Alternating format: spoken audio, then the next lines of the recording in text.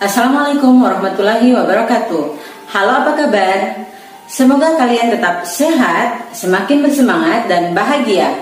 Video ini adalah lanjutan dari video sebelumnya yang membahas tentang pengertian teks editorial, tujuan teks editorial, manfaat teks editorial, serta ciri-ciri teks editorial. Nah, dalam video kali ini kita akan belajar bersama tentang struktur teks editorial, contoh teks editorial, kaidah kebahasaan teks editorial, jenis-jenis teks editorial, serta langkah-langkah menyusun teks editorial. Masih bersama saya, Fatlun Taib. Terdapat 3 struktur dalam menyusun teks editorial atau tajuk rencana. Yang pertama, pernyataan pendapat atau tesis. Bagian ini berisi sudut pandang penulis tentang masalah yang dibahas. Biasanya berisi sebuah teori yang akan diperkuat oleh argumen. Yang kedua, argumentasi. Argumentasi merupakan alasan atau bukti yang digunakan guna memperkuat pernyataan dalam tesis. Argumentasi yang diberikan dapat berupa pernyataan umum, data hasil penelitian, pernyataan para ahli maupun fakta-fakta berdasarkan referensi yang bisa dipercaya. Struktur yang ketiga atau yang terakhir berisi pernyataan atau penegasan ulang pendapat, merupakan bagian yang berisi pendapat ulang atau penegasan yang didukung oleh fakta pada bagian argumentasi guna memperkuat atau menegaskan. Penegasan berada di bagian akhir teks. Banjir tahunan di Indonesia.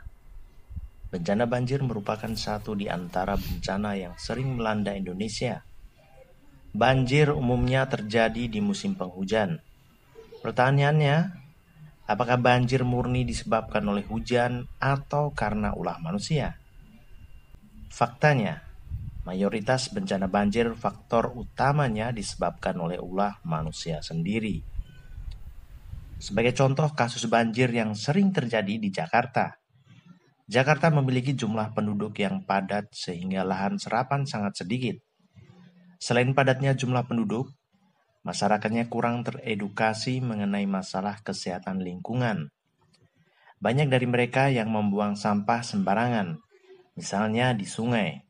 Alhasil, sampah menumpuk di sungai dan aliran air menjadi terhambat. Ketika hujan ekstrim, sungai akan meluap dan banjir pun terjadi. Selain di Jakarta, banjir-banjir di daerah lain juga disebabkan oleh hal yang serupa. Maka itulah perlu sekali kesadaran masyarakat bahwa mencegah lebih baik daripada mengobati. Jangan kemudian ketika sudah banjir baru jera, dan ketika musim kemarau diulangi kembali. Selanjutnya, kita akan membahas kaidah kebahasaan teks editorial. Kaidah kebahasaan yang digunakan dalam teks editorial tidak berbeda jauh dengan teks prosedur kompleks, yaitu yang pertama, menggunakan adverbia. Adverbia adalah kata keterangan dengan tujuan agar pembaca meyakini teks yang digunakan dengan menggunakan kata keterangan. Contoh, sangat, selalu, sering, biasanya, kadang-kadang, jarang, dan lain-lain. Contoh kalimat, banjir sangat merugikan diri sendiri dan orang lain. Kaidah kebahasaan yang kedua, menggunakan konjungsi, yaitu kata penghubung pada teks seperti bahkan, dan, atau, dan lain-lain. Kaidah kebahasaan yang ketiga, menggunakan verba material, yaitu verba yang menunjukkan perbuatan fisik atau peristiwa. Contoh kata, membuang, menebang, memukul, menyirami, menulis, dan lain-lain. Contoh kalimat, menebang pohon dan membuang sampah sembarangan adalah bentuk dari ketidakpedulian terhadap lingkungan dan kemaslahatan orang banyak. Aspek kebahasaan yang keempat, menggunakan verba relasional, yaitu verba yang menunjukkan hubungan intensitas atau verba yang menghubungkan satu kata dengan kata yang lain atau menghubungkan satu kalimat dengan kalimat yang lain. Contohnya adalah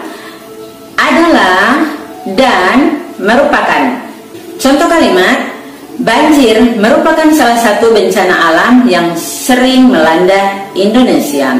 Aspek kebahasaan yang kelima menggunakan verba mental. Verba mental ada 3, yaitu yang pertama, verba yang menunjukkan persepsi. Persepsi secara umum merupakan proses perolehan, penafsiran, dan pemilihan dan pengaturan informasi berdasarkan indrawi. Contoh kata melihat, mengamati, mendengar, mengetahui, merasa, membayangkan, dan lain-lain.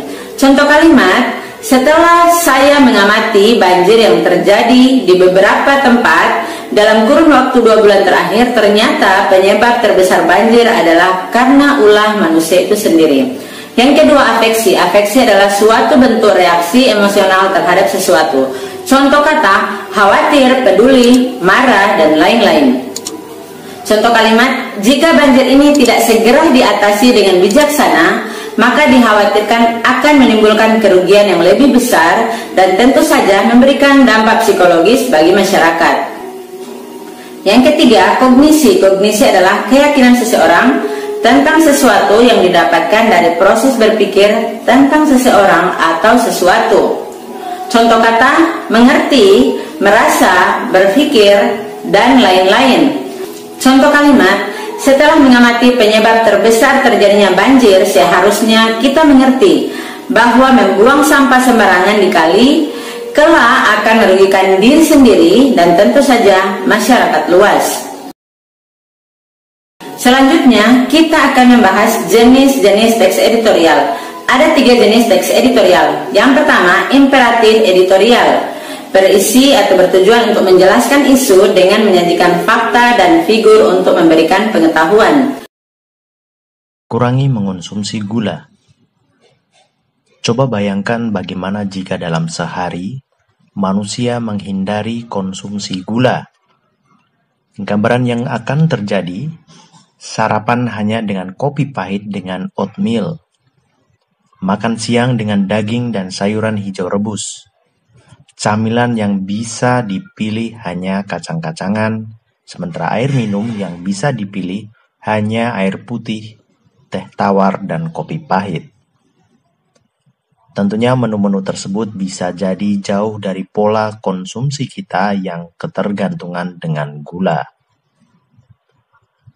Bagaimana tidak, nasi putih yang biasa kita makan mengandung gula. Minuman boba yang nikmat juga tinggi akan gula. Bahkan yang sehat seperti buah-buahan juga tetap mengandung gula. Lalu apakah mengkonsumsi gula setiap harinya akan buruk bagi kesehatan kita? Mengenai sehat atau tidak, jawabannya tergantung. Nyatanya konsumsi gula juga penting, dengan syarat tidak berlebihan dan sesuai dengan angka kecukupan gizi atau AKG yang ditetapkan. Menurut American Heart Association, batas konsumsi gula yang wajar untuk orang dewasa wanita yakni sebanyak 100 kalori atau kurang lebih 6 sendok teh gula dan sebanyak 150 kalori atau 9 sendok teh gula untuk pria. Jika konsumsi gula melebihi batas tersebut, akan beresiko terkena beberapa penyakit serius seperti obesitas, diabetes, dan penyakit pembunuh nomor 1 di dunia, jantung koroner. Bagi Anda yang mungkin rutin berolahraga dan melakukan aktivitas fisik, risiko akan turun karena tubuh Anda rutin membakar kalori. Namun bagi Anda yang kurang aktivitas fisik dan mengkonsumsi gula melewati batas, hal tersebut dapat membahayakan kesehatan Anda. Menganut gaya hidup sehat sedari muda sangat penting, karena tidak jarang penyakit kronis yang diderita di usia tua merupakan akumulasi dari gaya hidup tidak sehat sedari muda. Selalu perhatikan bagaimana pola konsumsi Anda dan awasi nilai gizi yang ada pada makanan. Hindari mengonsumsi makanan dan minuman tinggi gula seperti donat, kue, soda, boba, milkshake, minuman berenergi, permen, dan makanan manis lainnya. Jangan lupa juga untuk membatasi jumlah karbohidrat Anda, karena ketika makanan yang mengandung karbohidrat dicerna, sistem pencernaan memecah karbohidrat menjadi zat yang menjadi gula. Editorial ini bertujuan untuk meyakinkan pembaca pada keinginan atau menumbuhkan kepercayaan pembaca terhadap suatu isu. Dalam editorial ini, biasanya pendapat yang berlawanan akan digambarkan lebih buruk. Bahaya rokok bagi kesehatan Indonesia. Sebuah pepatah mengatakan lebih baik mencegah daripada mengobati. Pepatah tersebut memberi makna bahwa kesehatan adalah hal yang utama bagi manusia. Namun nyatanya masih banyak kebiasaan yang berakibat buruk pada kesehatan, tak hanya pada diri sendiri namun juga menularkan orang lain, seperti merokok. Selama lebih dari 3 abad, industri rokok tumbuh dan berkembang di Indonesia serta bertanggung jawab pada buruknya kesehatan masyarakat. Menurut Kementerian Kesehatan, kerugian total akibat konsumsi rokok selama 2013 mencapai 378,75 triliun rupiah. Padahal nilai pasar industri saat ini ditaksir berkisar hingga 224,2 triliun rupiah. Tak hanya membengkak dari tagihan pengobatan, angka kerugian lainnya juga diderita dari pembelian rokok mencapai 138 triliun rupiah. Kerugian ini berasal dari hilangnya produktivitas akibat sakit, disabilitas, dan kematian prematur di usia muda sebesar 235,4 triliun dan biaya berobat akibat penyakit-penyakit terkait tembakau sebanyak 5,35 triliun rupiah. Tak hanya buruk bagi anak-anak, industri rokok juga semakin berbahaya karena mulai menyasar pada konsumen generasi muda, khususnya kalangan remaja.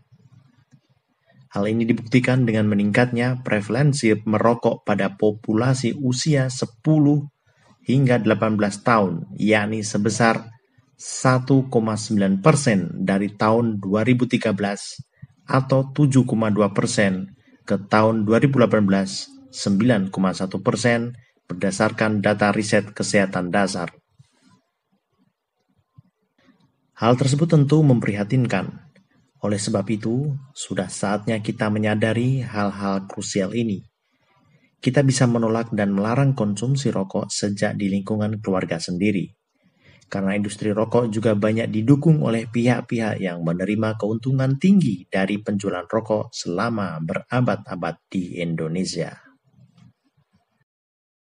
Yang ketiga, explanatory editorial. Editorial ini menyajikan masalah atau suatu isu agar dinilai oleh pembaca. Biasanya teks editorial ini bertujuan untuk mengidentifikasi suatu masalah dan membuka mata masyarakat untuk memperhatikan suatu isu. Mental korup pejabat publik. Penyelenggaraan negara yang bersih tidak bisa dipisahkan dari prinsip keterbukaan. Dari situ kemudian diatur kewajiban para penyelenggara negara untuk melaporkan kekayaan mereka setiap tahun. Laporan harta kekayaan penyelenggara negara atau LHKPN tersebut dapat diakses secara bebas oleh publik. Tujuannya agar masyarakat ikut berpartisipasi mengawasi individu-individu penyelenggara negara, antara lain dengan memantau perkembangan kekayaan mereka. Kewajiban menyampaikan LHKPN sudah diatur sejak lebih dari 2 dekade lalu.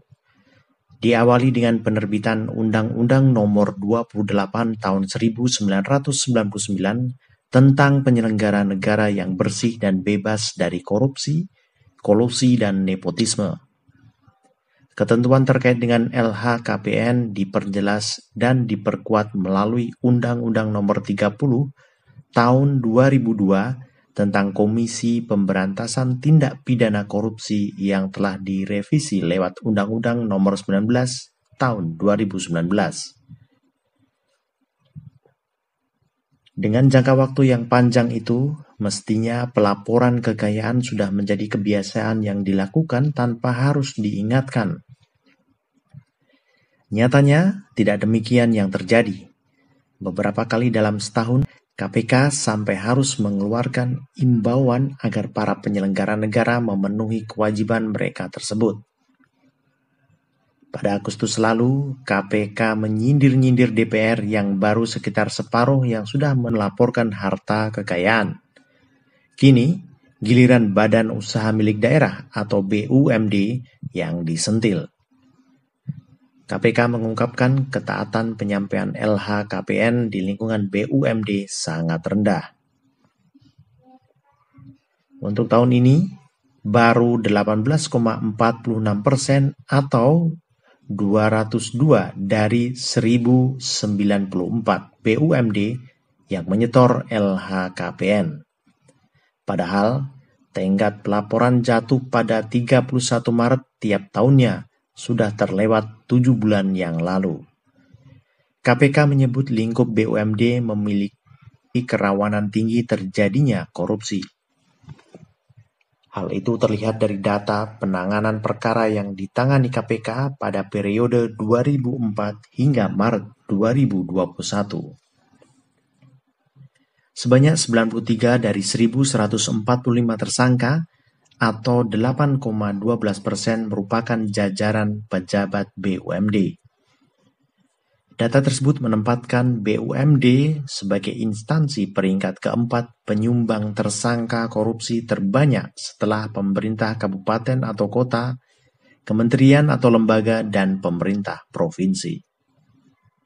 Para penyelenggara negara tentu menyadari LHKPN ibarat alat deteksi dini tindak pidana korupsi. Maka tidak salah bila terhadap pejabat yang enggan melapor harta kekayaan, masyarakat berpandangan ada sesuatu yang disembunyikan. Barangkali itu karena ada hasil korupsi. Ketidakpatuhan baru satu masalah. KPK juga sudah mengungkapkan 95% data LHKPN tidak akurat. Banyak penyelenggara negara tidak jujur melaporkan harta kekayaan mereka, mulai tanah, bangunan, rekening bank, sampai investasi lain, ada saja yang mereka sembunyikan. Sayangnya, sebelum ada peraturan penjatuhan sanksi tegas bagi penyelenggara negara yang tidak patuh menyampaikan LHKPN, demikian pula sanksi bagi mereka yang menyembunyikan kekayaan. Untuk memperbaikinya, tidak ada gunanya menantikan kesadaran seluruh penyelenggara negara. Pemecahan persoalan tersebut memerlukan komitmen politik yang kuat di tingkat legislasi. Ketidakpatuhan melaporkan harta kekayaan bagi pejabat publik merupakan salah satu mental korup yang harus dikikis. Oleh karena itu, kita mendesak DPR dan pemerintah menggodok aturan sanksi yang dapat memaksa penyelenggara negara patuh melaporkan kekayaan. Ketentuan itu dimasukkan dengan merevisi Undang-Undang Nomor 28 Tahun 1999. Pasalnya, undang-undang tersebut hanya mengatur sanksi administratif bagi pejabat yang mangkir melapor kekayaan. Sudah saatnya pula menghadirkan aturan pembuktian terbalik bagi penyelenggara negara. Mereka harus bisa membuktikan harta kekayaan yang dimiliki tidak diperoleh dari hasil korupsi. Dengan begitu, pencegahan korupsi baru bisa bertaring. Selanjutnya, kita akan membahas langkah-langkah menulis teks editorial. Teks editorial akan selalu berhubungan dengan isu yang hangat dibicarakan dalam masyarakat. Isu tersebut menjadi perhatian utama untuk publik. Melalui isu itu pula, kita dapat melihat sudut pandang yang berbeda dan solusi yang ditawarkan untuk menyelesaikan suatu masalah. Isu dalam teks editorial dipilih oleh pihak media karena editorial menjadi salah satu bentuk sikap media terhadap publik. Walaupun teks editorial ini ditulis oleh pihak redaksi, tetapi sebagai wawasan dan cara untuk melatih kemampuan menulis, kita perlu mempelajarinya. Selain itu, kita juga menjadi paham bahwa media massa tidak hanya menginformasikan tentang berita, tetapi media massa juga perlu menyatakan pandangan terhadap berbagai hal yang terjadi dalam masyarakat. Adapun langkah-langkah menulis teks editorial dapat dilakukan dengan cara memilih atau selecting, mengumpulkan atau collecting, mengaitkan atau connecting, dan memperbaiki atau correcting, yang dijelaskan sebagai berikut. Yang pertama, memilih topik. Pemilihan topik menjadi langkah pertama dalam penulisan teks editorial. Pemilihan topik berkaitan dengan isu yang akan menjadi dasar penulisan editorial. Isu yang akan diangkat perlu dipertimbangkan dan hal ini sesuai dengan kebijakan kita sebagai penulis dan pihak redaksi media. Selain itu, pilihlah isu dengan topik yang menarik minat baca masyarakat dan berhubungan dengan kepentingan masyarakat luas, seperti tentang kekeringan yang dialami oleh berbagai daerah di Indonesia, kenaikan BBM, pembentukan kabinet, pemerintahan, dan bisa juga misalnya presiden 3 periode, isu COVID, dan isu yang sedang hangat dibicarakan. Yang kedua, mengumpulkan data. Opini yang ditulis dalam editorial perlu disertai dengan data pendukung berupa fakta yang berkaitan dengan isu yang ditulis dalam editorial. Data pendukung tersebut dapat menjadi penguat opini dan memberikan penilaian yang objektif terhadap editorial yang kita tulis. Jadi, isi tulisan tidak hanya sekedar opini saja. Selain itu, teori dan pendapat ahli perlu dipaparkan agar pendapat yang kita tulis lebih berbobot. Yang ketiga, mengaitkan bagian-bagian editorial dan mengembangkannya. Penyusunan editorial dapat dirembukan dengan anggota redaksi. Rembukan tersebut perlu dilakukan agar dapat menghubungkan antara isu atau topik yang ditulis dengan sikap media. Tidak hanya isu yang perlu disepakati bersama, tetapi juga detail dan contoh yang akan diungkapkan dalam editorial tersebut. Setelah itu, diskusikan pula tentang opini yang akan disampaikan dan solusi yang akan diberikan atau ditawarkan dalam editorial. Lalu, kembangkan teks editorial dengan memperhatikan hal-hal yang sudah didiskusikan tersebut. Yang keempat, memperbaiki isi teks editorial termasuk isi dan kaidah kebahasaannya. Perbaikilah secara menyeluruh hasil tulisan yang telah ditulis.